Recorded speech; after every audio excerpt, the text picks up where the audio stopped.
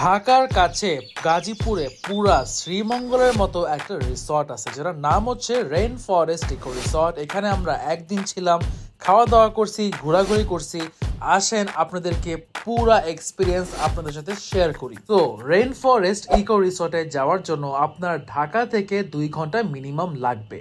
And এটা হচ্ছে Mawna bridge cross করে ইউটার্ন নিয়ে বামে গলিতে যেতে হবে। আর আপনি গুগল ম্যাপ ফলো না করে তাদের দেওয়া অ্যাড্রেস ফলো করবেন। আপনি যখন বুকিং করবেন, ম্যানেজার আপনাকে অ্যাড্রেস ভালো মতো পাঠিয়ে দিবে। সো 2 ঘন্টা 2.5 ঘন্টা লাগছে। ঢাকা থেকে ডিরেক্ট চলে আসছি রেইন ফরেস্ট ইকো রিসর্ট। রিসর্টের মেন রাস্তাগুলো খুবই ভালো, বাট রিসর্টের বাইরের রাস্তাটা একটু ইট দিয়ে বানানো, সেক্ষেত্রে আপনি একটু উঁচা নিচা পেতে পারেন।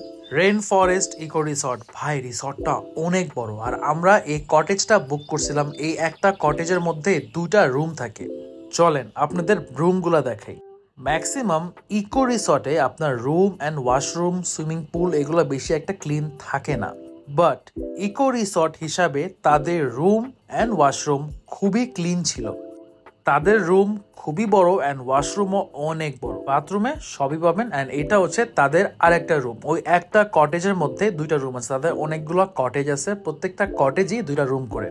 অ্যান্ড তাদের আরেক পাশে আপনি ভিলাও আছে, পুরো ভিলার মধ্যে রুম পাবেন অ্যান্ড বাইরে ডাইনিং টেবিল পাবেন। তাদের রিসেপশনে প্রথমে আমাদেরকে ওয়েলকাম ড্রিঙ্ক দেয় অ্যান্ড সিঙ্গারা দেয়। আমরা 4 জন অ্যাডাল্ট অ্যান্ড 3 জন বাচ্চা ছিল। সো ওই ক্ষেত্রে আমাদের রুমটা একদম পারফেক্ট ছিল।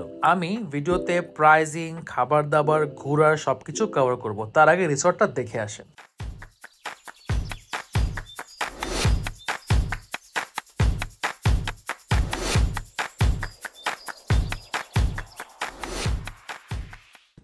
এই রিসর্ট এক্সট্রিম বড়। আপনি জাস্ট ইমাজিন করে আপনি এখানে খেলতেছেন। আমি যদি একটা 5x দিয়ে দেখাই, কোয়ালিটি খারাপ হয়ে যাবে, but too good. Just look at this.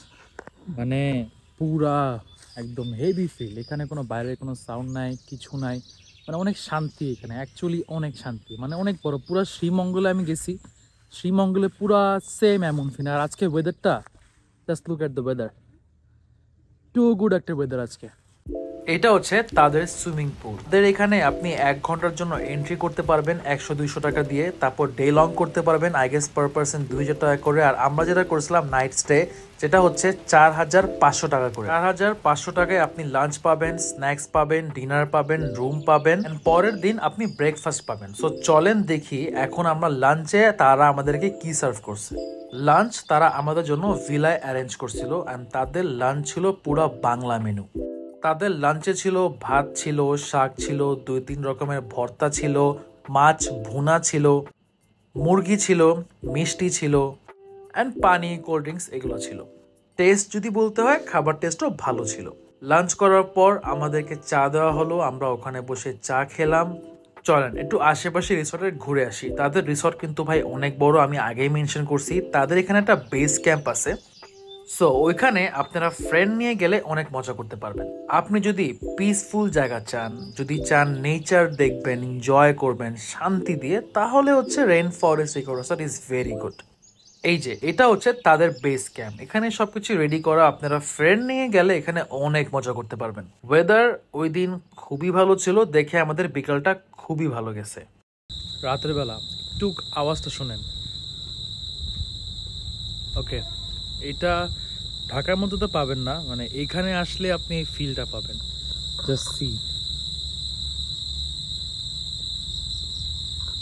আচ্ছা, মানে রাতও এখনো হয় নাই, এখন হচ্ছে স্ন্যাক্সের টাইম।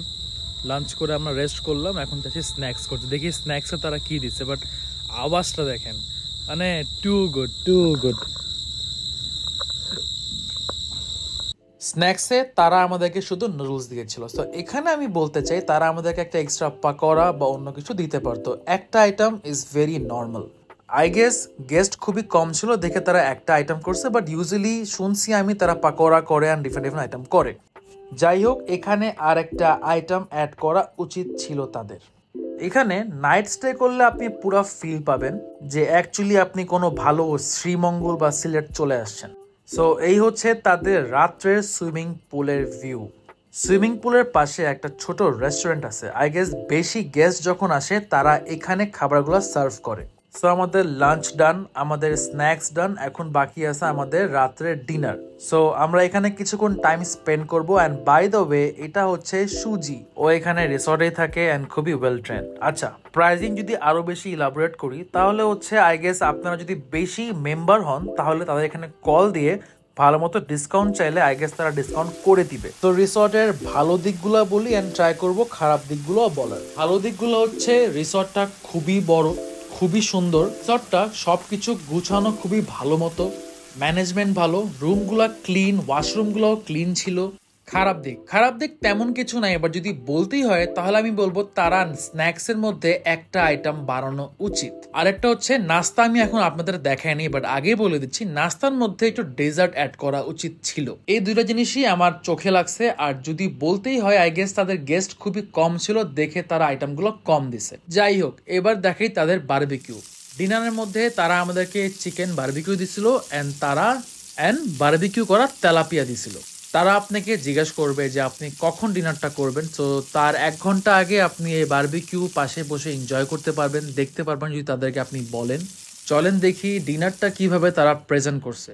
সো ডিনারের মধ্যে পরোটা ছিল, চিকেন বারবিকিউ ছিল, তেলাপিয়া বারবিকিউ করা ছিল অ্যান্ড সাথে দই ছিল। ম্যাক্সিমাম রিসর্টে সেম খাবারই দেয় but they are taking 4500। So সেই ক্ষেত্রে একটা আইটেম এখানেও বানানো উচিত, কারণ কয়দিন আগে আমি পার পার্সন 5000 টাকা দিয়ে মাটিটা গেছিলাম, মাটিটার মধ্যে অনেক খাবার দিছিল।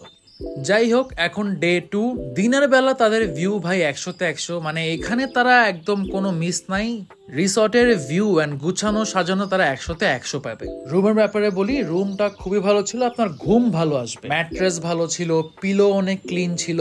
রুমের মধ্যে এক্সট্রা পিলো, এক্সট্রা ম্যাট্রেস সবকিছু তারা অ্যারেঞ্জ করে আগে থেকে রাখছিল। রুম সার্ভিস, গুছানো সাজানো, অ্যারেঞ্জমেন্টে কোনো জিনিসে কম ছিল না। ওকে, এটা হচ্ছে তাদের সকালের ব্রেকফাস্ট। পরোটা ছিল, ভাজি ছিল, ডাল ছিল এন্ড ডিম ছিল। সো এখানে আমি বলতে চাইছিলাম যে একটা ডেজার্ট আইটেম রাখা উচিত ছিল। যাই হোক, এখন আমাদের ব্রেকফাস্ট ডান। ব্রেকফাস্ট করে আমরা বের হয়ে যাব।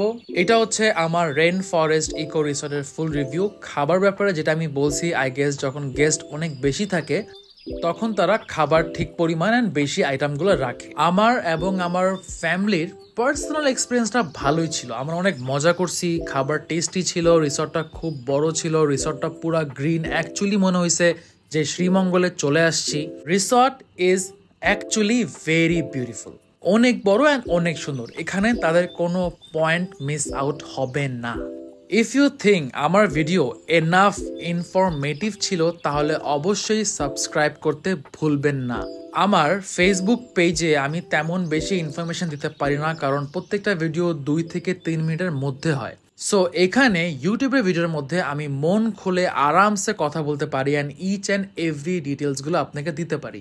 নাও you should share this video যার সাথে আপনি রিসর্ট একটা ট্যুর দিতে চান। So thank you so much guys, see you again.